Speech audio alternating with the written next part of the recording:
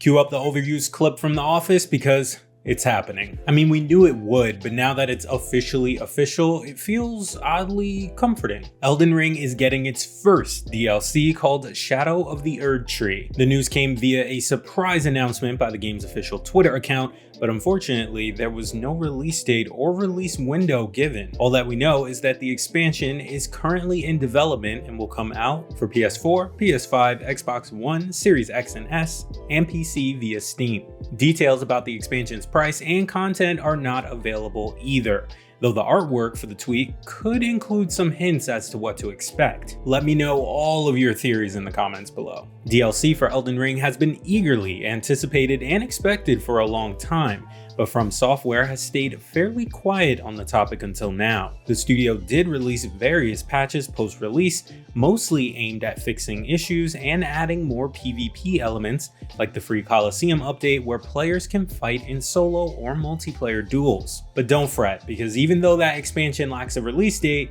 Final Fantasy XVI has one, and a producer for the game told Polygon it won't be delayed unless, quote, a meteor falls on Japan. Fingers crossed that doesn't happen for a number of reasons. The only meteors or asteroids I want are in Starfield. But hold that thought, we'll come right back to that game. Let's keep talking about Final Fantasy right now.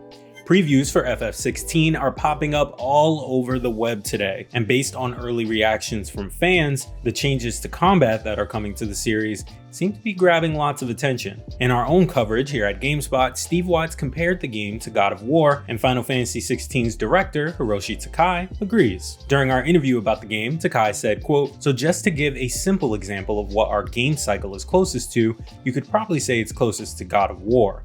We have our world map, and in this world map, you'll have the main scenario quest that will unlock. Clive will travel to those areas and proceed with the main quest. And then after that, you'll be able to return to a hub area. And from this hub area, Clive will have new opportunities for continuing the main quest, unlocking areas, or also side quests and side content." The director went on to explain how big of a fan he is of Kratos' adventures and said, quote, "I cannot say I have not been influenced by God of War." Meanwhile, over on the Kinda Funny Games cast, Michael Hyam compared the Final Fantasy XVI combat to another series and said, quote, "If you want to get ready for Final Fantasy XVI, play DMC5. Michael's reasoning is because the two games share a combat director, so the DMC DNA is there, and according to Michael, it felt right at home in Final Fantasy. Make sure to check out the full video preview we have of Final Fantasy XVI up on the channel right now and voiced by yours truly. You can also go over to GameSpot.com for more written coverage